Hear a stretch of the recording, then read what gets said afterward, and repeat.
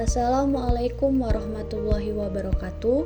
Perkenalkan, saya Delvia Enoversia dari kelas Machine Learning L1 dengan NIM 09021182328123. Pada kesempatan ini, saya ingin menyampaikan review mengenai 5 paper yang membahas tentang optimasi machine learning di bidang pertanian, perikanan, dan peternakan.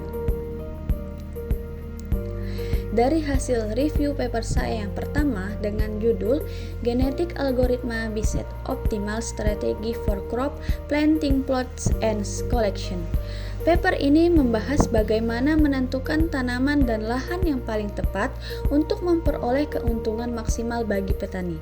Permasalahan ini sulit karena melibatkan banyak faktor seperti curah hujan, kondisi tanah, hingga harga pasar yang berubah-berubah. Untuk menyelesaikan masalah kompleks tersebut, peneliti menggabungkan 3 metode, yaitu algoritma genetika untuk menjelajahi semua kemungkinan kombinasi lahan dan tanaman. Yang kedua ada program linier untuk memastikan rencana tetap realistis dan bisa diterapkan. Dan yang ketiga adalah korelasi Spearman untuk menilai variabel mana yang paling mempengaruhi hasil panen. Pendekatan ini membantu komputer untuk mencari strategi penanaman terbaik layaknya proses evolusi dalam biologi. Dampak nyata di pertanian, metode ini membantu petani mengurangi resiko rugi serta memaksimalkan pemanfaatan lahan di era harga pasar tidak pasti.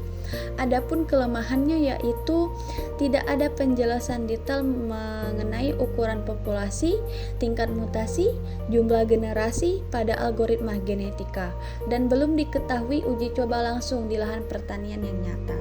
Hasil review paper yang kedua dengan judul High Paper Parameter Optimization for Tomato Leaf Decency Recognition Based on YOLO 11M.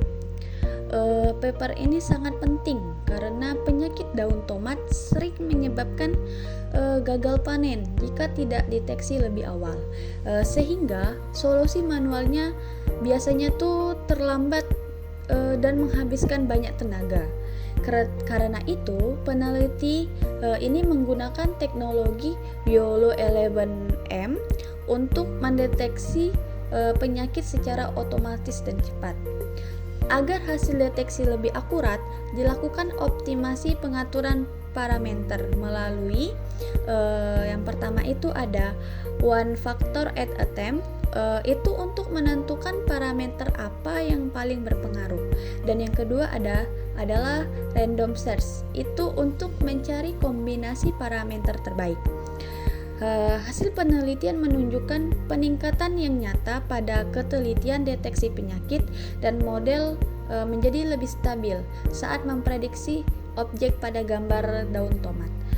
Adapun kekurangan yang ditemukan yaitu belum diuji di lingkungan kebun yang memiliki cahaya tidak stabil dan masih rentan ketika gambar daun kotor, berlubang, atau tertutup embun, sehingga masih perlu mengembangkan agar siap dipakai oleh petani di lapangan. Review paper yang ketiga dengan judul Optimizing Machine Learning Models for Weight Yield Estimation Using an Comprehensive UAV Dataset.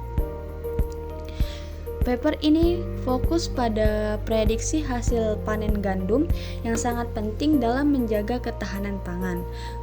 Peneliti ini menggunakan UAV untuk mengambil data visual tanaman secara cepat dan detail dari area yang luas.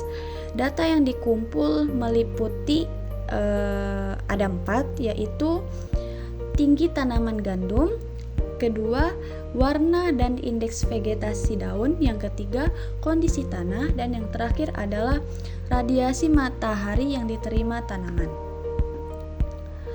Beberapa model machine learning diuji dan setelah itu dilakukan optimasi parameter, yaitu extreme gradient boosting model, dan random forest regression model. Itu menunjukkan hasil akurasi yang tertinggi.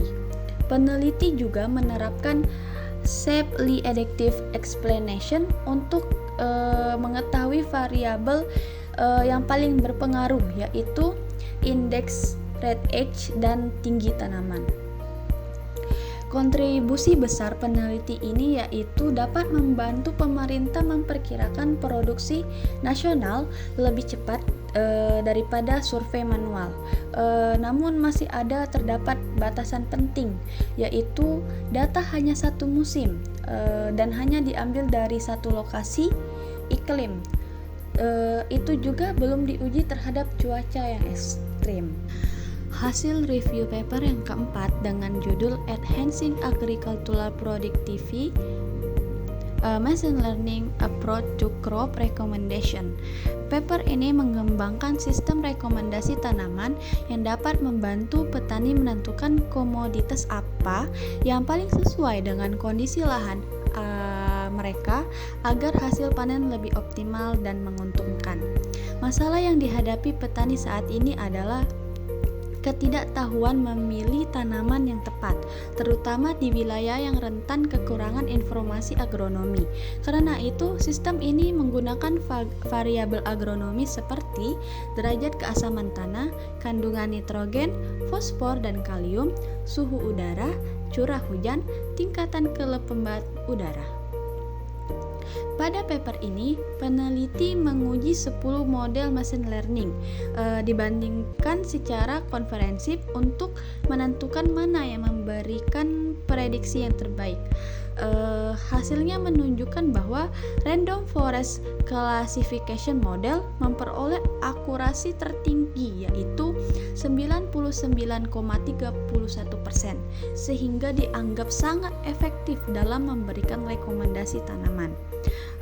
Adapun dampak positif dari penelitian ini adalah membantu petani mengurangi risiko salah tanam, dapat diterapkan pada pertanian kecil hingga besar, dan sangat berguna untuk perencanaan komoditas pertanian suatu daerah. Namun masih ada kelemahan yang signifikasi. Yang pertama, semua data hanya berasal dari Kaggle dan jumlahnya terbatas sehingga belum mencerminkan keragaman tanah Indonesia dan belum diuji secara langsung pada lahan pertanian nyata. Jadi sistem ini harus dilakukan pelatihan ulang menggunakan data lokal sebelum diterapkan di Indonesia.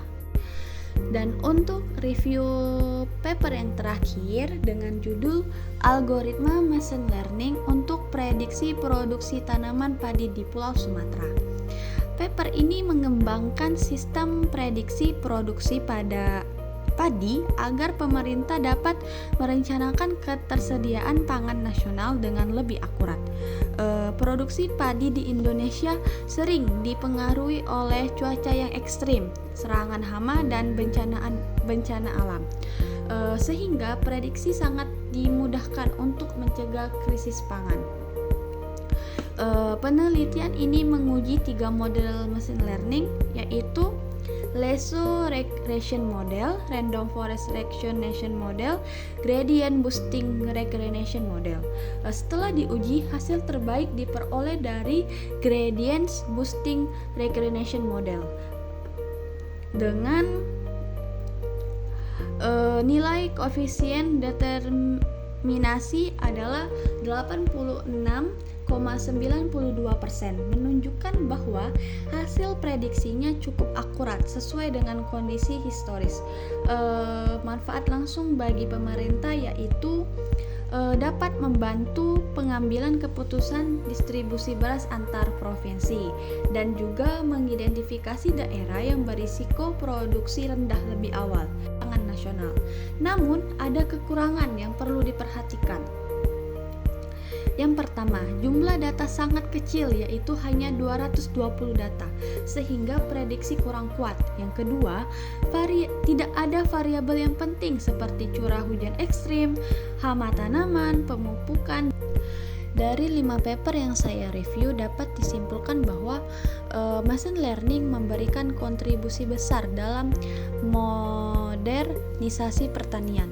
Teknologi ini mampu meningkatkan produktivitas dengan cara melakukan prediksi hasil panen, memberikan rekomendasi tanaman yang sesuai kondisi lahan, mendeteksi penyakit tanaman secara cepat, dan mengoptimalisasikan strategi penanaman agar keuntungan lebih maksimal.